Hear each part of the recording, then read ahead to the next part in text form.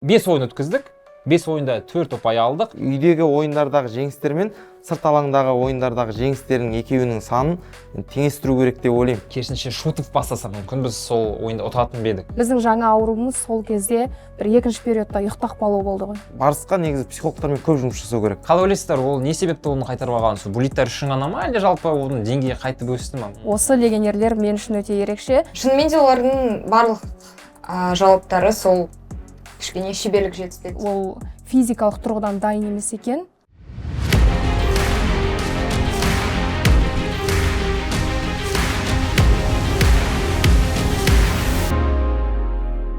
Барлықтарыңызға сәлем, сіздермен бірге Пульс хоккей және бізде кезекті шығарылым Барыс командасының үй сериясын талқылайтын боламыз. Және де шығарылымды бастамас бұрын сіздерді шын жүректен Республика күнімен құттықтаймыз.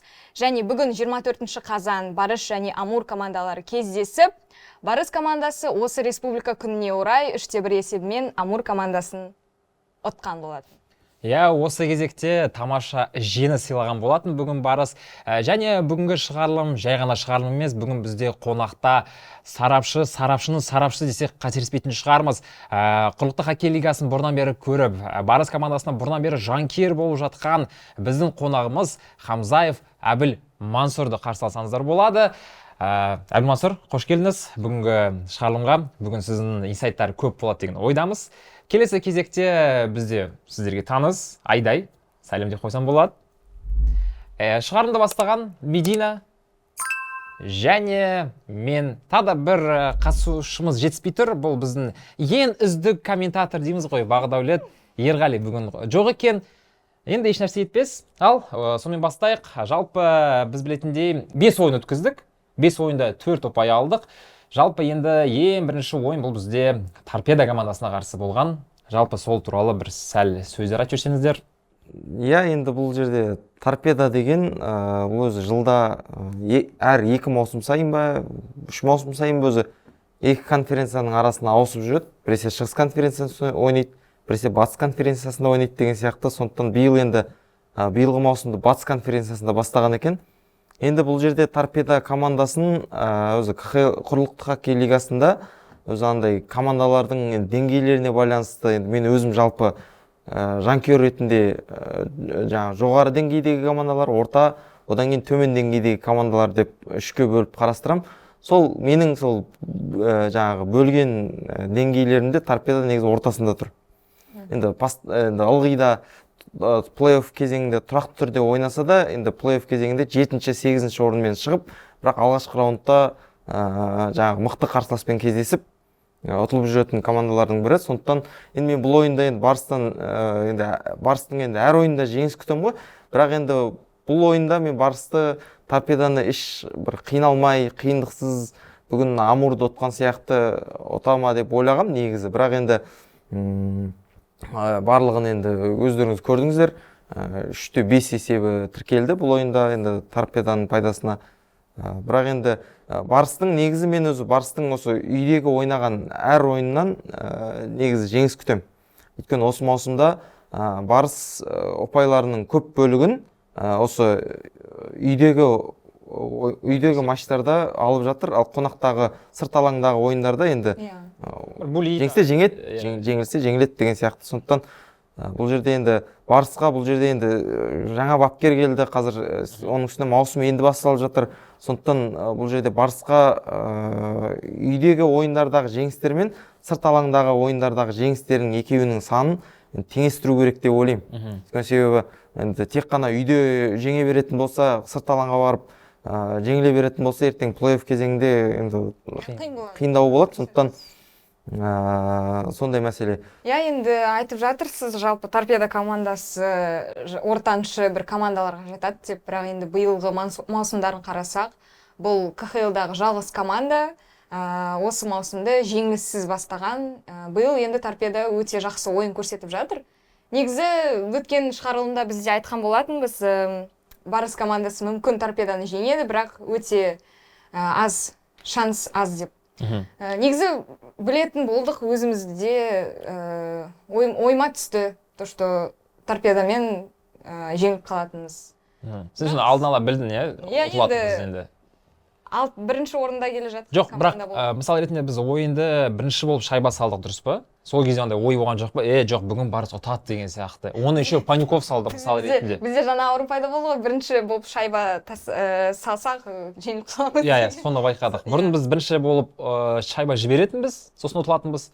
Ал бұл жерде бірінші болып шайба салдық. Айдай, не ойлайсыз жалпы торпедо ойынымен? Иә, енді торпедоға қарсы ойында жанкүйерлердің де саны көп болған болатын. Солд аут болды аренада. Атмосфера да жақсы болды, және де біздің жігіттер бірінші периодта жақсы ойын көрсетті. Бірақ енді екінші периодта жаңа ауру деп жатсындар ғой. Біздің жаңа ауруымыз сол кезде бір екінші периодта ұйықтақ қалу болды ғой. Кәдімгідей әлсіз ойын көрсетіп, сосын үшінші периодта қайтадан оянып естерін жинап, бірақ енді қарсылас команда торпедоға өз есесін барыс жіберген болатын. Бірақ мен ойладым, енді торпедо жеңеді деп, себебі маусымды Медина айтып жатыр ғой, жеңіліссіз бастады деп, қатарынан 6 ойынды. Соны ескеретін болсақ, енді есе жібереміз деп ойлағанымыз шынымен де дұрыс болдыған болатын. Иә, Айдай, дұрыс айтасың. Жалпы Михаил Крайстың да өзі айтқан болатын, өзімізден де бар деп. Екінші периодта шынымен де кішкене әлсізденіп қалдық деп. Соны енді торпедо командасы пайдаланып, әрине матчты 5-3 есебімен ұтып кетеді. Сосын айта кетейін, сол ойында бізде Адымшыл қақпада тұрған болатын, және оны екінші периодта ауыстырған Шутовқа. Сол туралы не ойлайсыздар? Мүмкін Адымшыл ойынды бастамай, керісінше Шутов бастаса, мүмкін біз сол ойында ұтатын бедік. Қалай ойлайсыздар? Әлде енді Адымшыл ойынның басында 3 шайба жіберді, одан кейін Шутов ауысқаннан кейін Шутовта 2 шайба жіберді. Білмеймін, қазіргі таңда 2 қақпашы да деңгейлес деп айтуға болатын шығар. Шутовта енді Адымшылдың ар жақ бер жағындағы ойыншы ғой, енді қақпашы ретінде. Білмеймін, менің ойымша екеуінің де ойыны тең болған сияқты. Қайсы қақпада тұрса да, ол енді тек қана қақпашыға ғана байланысты емес, өздерің білетіндей біздің қорғаушыларға да байланысты дүние оның барлығы. Сондықтан да қақпашылардың ойынын бір нашар деп айтуға болмайтын да шығар. Жақсы, жалпы сонда торпедоға қарсы 3-5 0 ұпай алдық. Келесі бұл бізде Сібір. Сібірді енді біз ұту керек еді, өйткені біз олар бізге қаншама рет келді, біз оларды жолдастық кездесуде ұттық, сезонның басында да ұттық, мысал ретінде. Бірақ бұл жолы біз бөліктер сериясында ұтылған болатынбыз. Мысалы, не себепті? Негізі, барыстың осы маусымдағы ең бір, енді қалай айтсақ болады, бір ауру жері дейміз ба? Өйткені бөліктер сериясында осымен қателеспесем Амурды ғана жеңді буллиттер сериясында. Одан кейін 3 буллит сериясын ойнады и трактормен 1 овертайм. Оның барлығында жеңіліп қалды. Яғни бұл жерде барыс командасында бір психологтардың жұмысы дұрыс болмай жатыр ма, или басқадай бірдеңе әсер ете ма, мен білмеймін негізі. Өйткені себебі буллиттер сериясы болған кезде үнемі қарап отырам. Барыс көбінесе соғалмайды шайбаны. Барыстың 2-3 ойыншысы соғалмайды. Бірақ олар енді ойында соққан, шайба соққан ойыншылар буллит кезінде кішкене енді қана қақпашымен жеке дара шыққан кезде кішкене қорқыныш сезімі бола ма, или өздеріне жауапкершілік сезімі болғаннан кейін содан кішкене енді олармен де мен ойлаймын, жалпы тек қана хоккей емес, кез келген спорттың түрінде психологтармен жұмыс жасау ол өте маңызды. Яғни енді орысша айтқан кезде спортивная психология дейміз ғой. Ол енді біздің елде ол аса қатты дамымаған салада. Сондықтан енді барысқа негізі психологтармен көп жұмыс жасау керек. Әсіресе спорттық психологтармен көп жұмыс жасау керек. Сонда буллиттер сериясында өздерін кезінде мынау футболда пенальти сериясы болған кезде Англия құрамасы үнемі жеңіліп жүретін. Сол кезде Рой Ходжсон келген кезде 2012 жылғы Еуропа чемпионатынан кейін командаға психолог алды. Тура сол сияқты барысқа да бір жақсы бір психолог керек сияқты деп ойлаймын. Айда, сен психолог оқыдың ба Айда?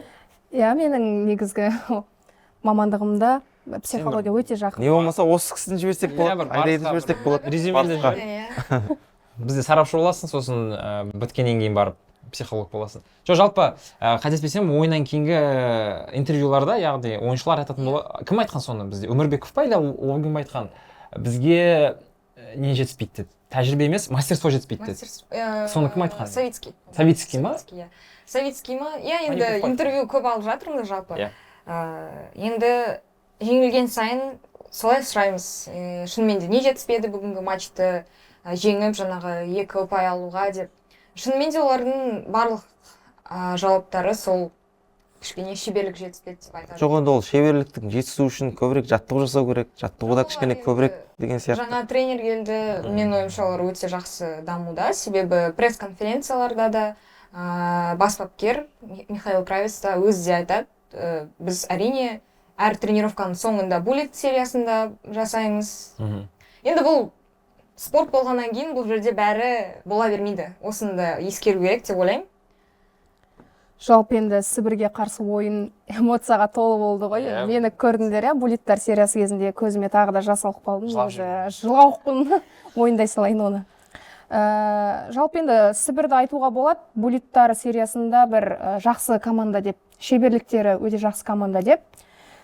Ойынына қарасақ та негізі көп командаларды осы буллеттер сериясында ұтып басымдық алып жүрген команда ғой. Сондықтан да соны да ескеру керек шығар енді. Бірақ Сібірді біз 2-0 есеппен ұтып жатқан едік. Иә, сол айтып жатырмыз. Қайдан ауру сияқты. Қайдан шыққан ол екінші периодта Иә, бірінші болып шайба соқсақ жеңіп қаламыз ба? Қандай сол? Ол енді түсініксіз. Ойынға, ойын барысына, командаға байланысты дүние ғой.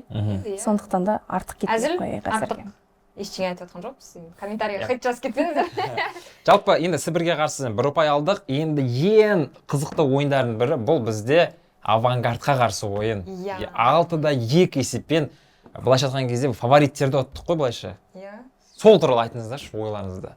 Енді Авангард ол ойында негізімен мына ойындарда егер мен Барысты ұтады деп ойласам, Торпедо мен Сібірге қарсы ойында Барысты ұтады деп ойласам, мына ойында мен Барысты ұтады деп ойладым негізі.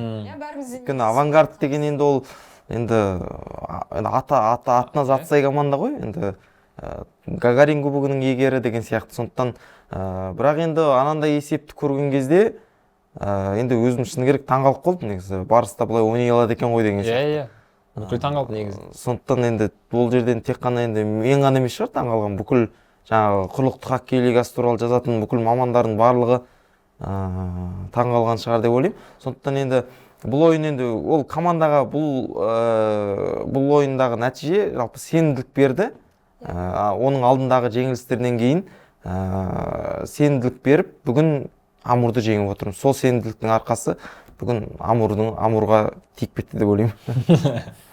Авангардқа қарсы ойында бізде атмосфераға толы болды шынымен де.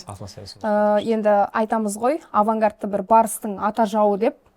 Сол ата жауымыз өз алаңымызда келгенде біздің жігіттер өз мінездерін көрсетіп, шеберлік танытып, шынымен де жанкүйерлерді де бүкіл құрлықтық хоккей лигасындағы адамдардың барлығын таңғалдырып, ірі есеппен жеңіске жетті. Және де Авангардтың бас бапкері пресс-конференцияда айтқан сөзі енді менің өзіме жеке бір сылтау ретінде қабылдадым. Біз көптеген қиын ойындар ойнадық, шаршап келдік, аяғымыз талып деген сияқты әңгіме айтты. Енді өзінше Барысты менсінбей ендігі деп ойлаймын оны. Және де байқаған шығарсыңдар өздеріңде. 4-ші голды салғаннан кейін Барыс командасы сол Маклауд жазалау аймағына жіберілгеннен кейін бас бапкер өз мінезін ашық түрде көрсеткен болатын. Айғайлап, келіспеймін деп. Шынымен де айдай. Интернет желісінен көріп қалдым, Авангардтың ойыншылары керуенін ба, Мега Силкой ма сол жерден не жасап жүр екен. Ресейде жоқ дүкендерден жаңағы сатып алып, жаңағы үйлеріне не жасап жүр екен, сол кез астына біреу жаңағы пікір қалдырып кетті. Сендер өйтіп сауда жасағанша хоккейдің ойынын неге ұтпайсыңдар деген сияқты. Сол енді Авангардтың жанкүйері болса керек, сол жазып кеткен. Сол ойынның алдында жаңағыдай келіп сауда жасап, өзінің жаңағы жақындарына, балаларына жаңағыдай сауда жасап кеткен. Оның үстіне сауда жасап жүрген ол Авангардтың капитаны, команда капитаны Дамир. Сол себепті енді бас бапкердің ашуланатын да бір жөні бар шығар. Осылай айтайықшы. Енді келесі келген бүкіл командаларды неге жүріп қой, жаңағы керуен нелерге жүріп қайтса Мега Силкой барып киім қарасын, нетсін. Авангард ұттық 6-2. Одан кейінгі ойын бізде Ақбарысқа қарсы ойын болатын. Мысықтардың дерби дейміз. Оған дейін біз Ақбарыспен кездескен болатынбыз. Сол кезде ұтылған болатынбыз. Бұл жерде тағы да буллиттарға жеткен біз, бірақ ұтылдық. Не дейсіздер осы ойын бойынша? Ақбарыс туралы не айтамыз? Негізі Ақбарыс пен Барыс бір, қалай айтсам болады? Деңгейлес? Бір деңгейдегі командамыз негізі. Шынымен де сол матчта негізі ұтуға болатын еді 100%. Бірақ енді жаңағы айтып отырмыз ғой, алдымызда Авангардпен ойын болып, Торпедамен ойын болып. Шынымен де мүмкін біздің жігіттерге кішкене демалыс жетіспеген шығар деп ойлаймын енді. Бірақ Ақбарыс андай қатты қиналатын команда емес енді, шыны керек. Бірақ енді білмеймін қалай айтуға болады. Спорт болғаннан кейін бұл да жеңіліс. Енді Ақбарыс командасы негізі осы маусымды сәтсіз бастады ғой негізі. Бірақ білмеймін, тез ес жинап алған командалардың қатарында. Қазір енді Шығыс конференциясында қателеспесем 4-ші орында тұрақтап тұр. Және де шынымен де Барыспен тең деңгейлес команда. Бірақ сол өзіміз айтқандай біздің ойыншылар енді буллиттар сериясында өте әлсізбіз. Және де сол буллиттар сериясында бірден қақпашы ауысқан болатын. Андрей Шутовтың орнына Адам Шил. Бұл неге ауысты деп Михаил Кравецке сұрақ қойылғанда ол кісі айтқан болатын. Қақпашылардың тренері Константин Барулин, қателеспесем, сол кісінің шешімі болды деді. Сол кісінің шешімімен Адам Шил негізі сол буллиттар сериясында қақпаға тұрды.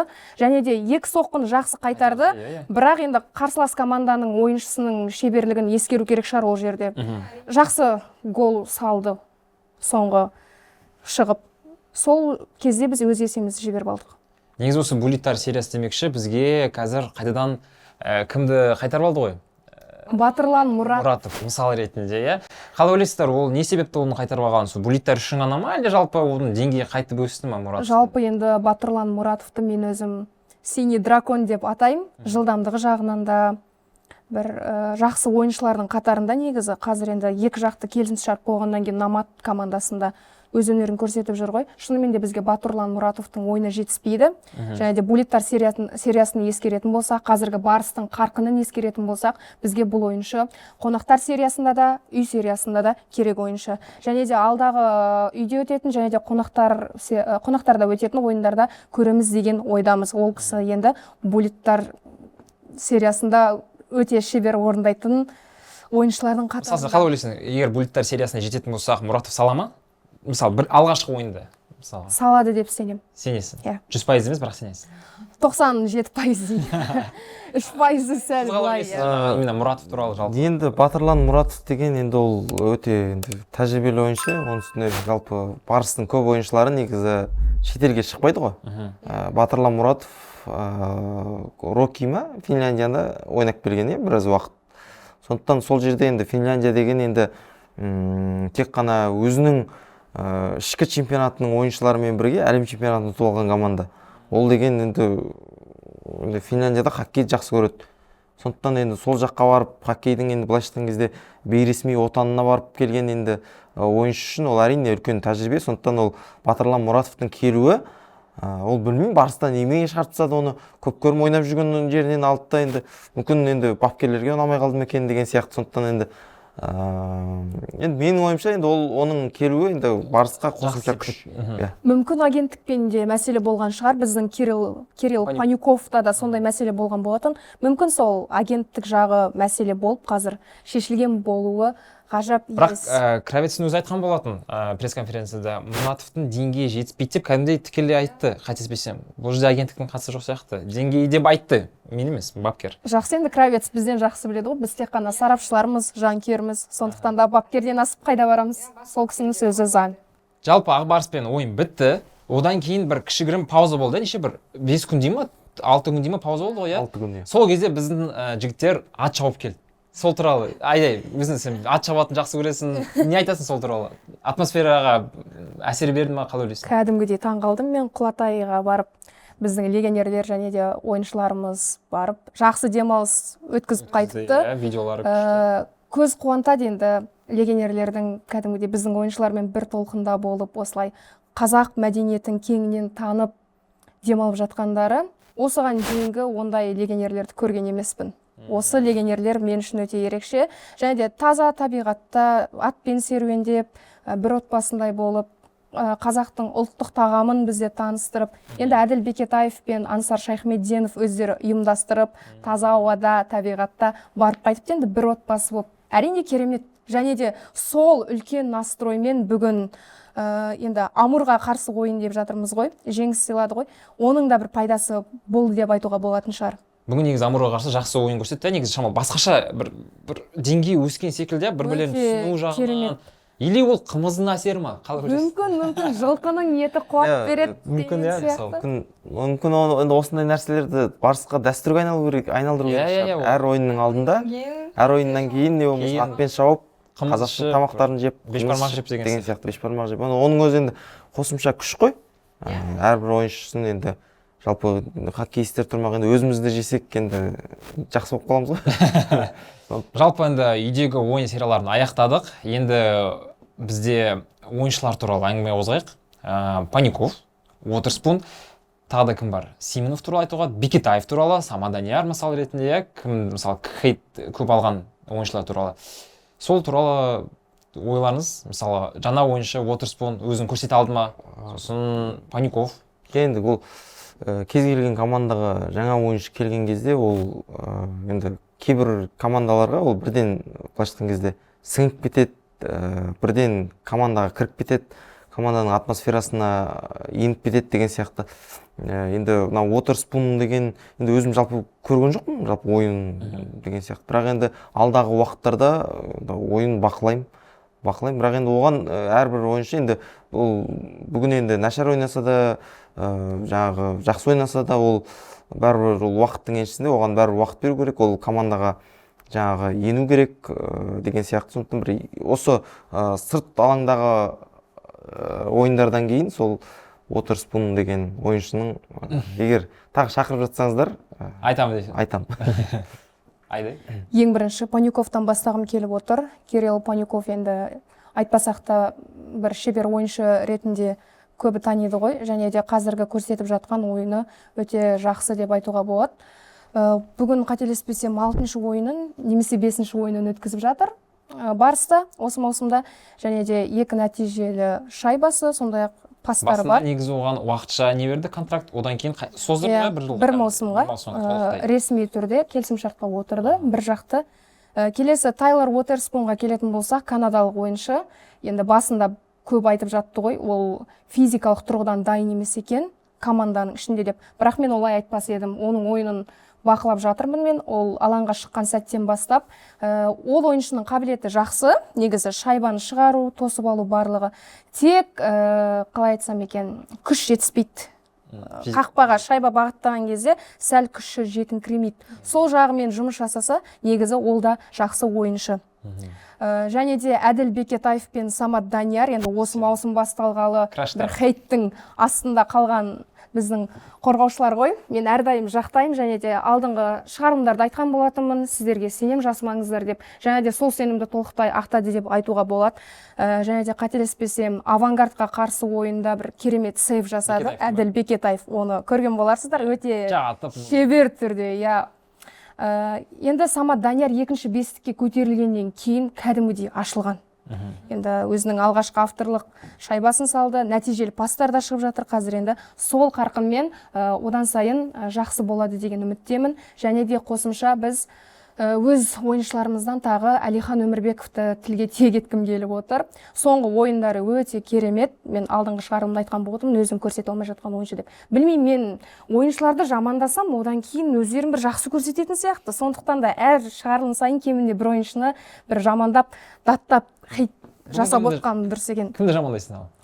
Бүгін ешкімді жамандағым кеп отырған жоқ. Ойын қатты ұнады. Бірінші периодтан бастап, 3-ші периодқа дейін Барыс командасы бір жоғары деңгейде ойын көрсетті, және де Амур сәл әлсіз ойнаған сияқты менің ойымша. Және де қорғаныста да, шабуылда да, қақпашыда өздерін жақсы деңгейде көрсете алды. Және де керемет ойын болды. Осы енді сол қарқынмен алдағы ойындарда да нәтижелі ойын көрсетеді деп сенемін. иә, енді ойыншылар туралы жалпы Кирилл Паниковтан бастай берейін. Сол.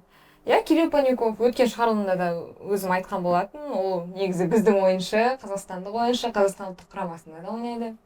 Шынымен де өзін жақсы көрсететін ойыншы, жаңағы Барыстың енді Старченко, Савицкий сияқты бұрыннан келе жатқан бір үздік ойыншы. Әділ Бекетаев, Самат Данияр расымен де енді үлкен хайптың астына қалғаннан кейін енді Михаил Краев оларға үлкен бір внимание бөлу да мүмкін. Олармен бірге жаңағы персональный тренировки дейді ғой, өздерімен бірге мүмкін тренировкада жасаған шығар, себебі ойындары өте жақсы болып жатыр. Дұрыс айтасың, қазір тағы Семен Симоновты айтып кеттің сен. Семен Симонов өте жақсы жас ойыншы. Қазір өзін өте жақсы көрсетуде, шабуылда болсын, қорғаныста болсын, әр мұзға шыққан секундында жаңағы жүгіріп барын салып жүрген ойыншы. Енді оған айтар ешқандай сөзім жоқ, оған айтатын мін жоқ, өте жақсы ойыншылардың бірі. Тайлер Уотерспун, оны да ойын көрдім, бірақ енді дұрыс айтасың, енді Айдай айтып кеткенде бір күш жетіспейтін сияқты, себебі қорғаушы болғаннан кейін енді жаңағы көк сызықтың бойынан көптеген соққылар жасау керек. Оның барлық қорғаушылар енді база дейді ғой, сол соққы жасауды біледі ғой енді. Бірақ бұлай Тайлер Уотерспунға қарасам кішкене шынымен де күш жетіспейтін сияқты. Бірақ мүмкін уақыт өте келе ашылар, себебі ол командаға маусым басынан қосылған жоқ. Маусымның басталып кеткеннен кейін қосылды. Сол себептен оған да уақыт беру керек деп ойлаймын. Және де мен әр ойын сайын Дінмұхамед Қайыржанды эгоист деп атайтын болатынмын. Дінмұхамед, бүгіннен бастап мен сені эгоист ойыншы деп санамаймын. Өзіңді енді жақсы көрсетіп жатыр ғой, ол да. Нәтижелі пастар шығарып жатыр. Шебер әрі жас ойыншы.